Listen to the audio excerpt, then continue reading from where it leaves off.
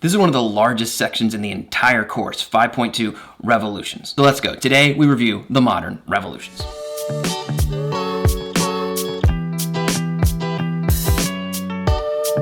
If your teacher was like me, they spent way too much time on these revolutions. But don't sleep on these revolutions. They are important. I know yesterday we started a new period, but this isn't just a chunk of time where history happened. This period, the modern period, 1750 to 1900, will see massive changes in every aspect of the human experience. And today we point our focus at the political world. Yeah, I made a map, so shut up about it. You can see the major revolutions labeled and the years of independence in the New World as well. I even added the illustrative examples of the nationalism movements that we'll talk about tomorrow. So the College Board breaks down this topic into 3 sections. 1, the concept of revolution. 2, the revolutions themselves. And 3, the revolutionary documents. This is a review, and your teacher definitely went over these revolutions in class, so I'm going to be brief. First, the concept of revolution. You probably get this concept, but the College Board breaks it down for you like this. The 18th century marked the beginning of an intense period of revolution and rebellion against existing governments, leading to the establishment of new nation-states around the world. So people are going to overthrow their governments. Then they hit you again. Discontent with monarchist and imperial rule encouraged the development of systems of government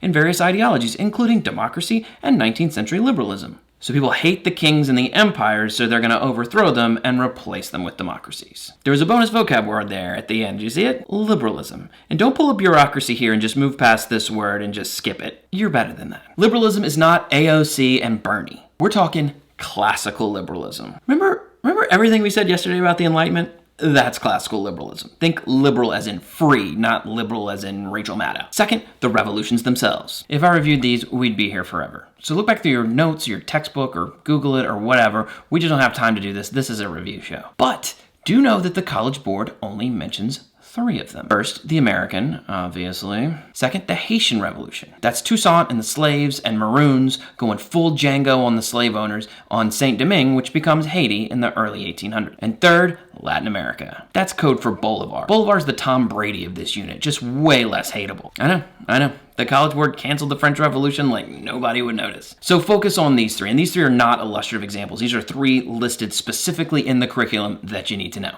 Third, the revolutionary documents. You know what revolutions are. You know the big 3 revolutions, but there are also documents that you need to know. The College Board is obsessed with documents. And these are also not illustrative examples that may be helpful to you one day. These are things specifically listed that you have to know, and you have to know all 3. First, the Declaration of Independence.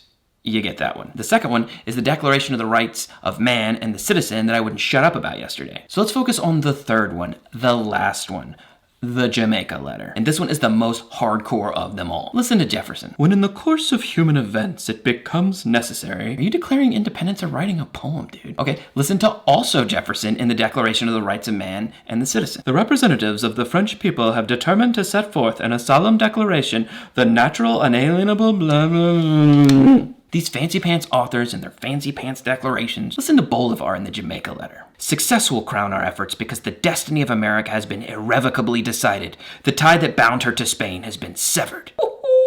That is some revolutionary talk. Okay, try this one. The hatred that the peninsula, meaning Spain, has inspired in us is greater than the ocean between us. It would be easier to have the 2 continents meet than to reconcile the spirits of the 2 countries. Or this one. We are threatened with the fear of death, dishonor, and every harm. There is nothing we have not suffered at the hands of that unnatural stepmother, Spain. Oh, man.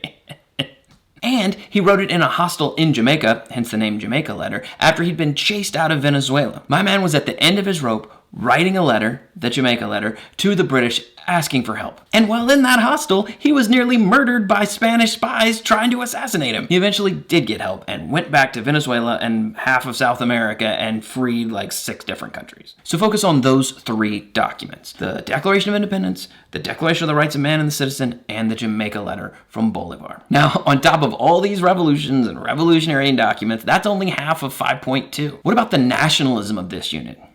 See you tomorrow.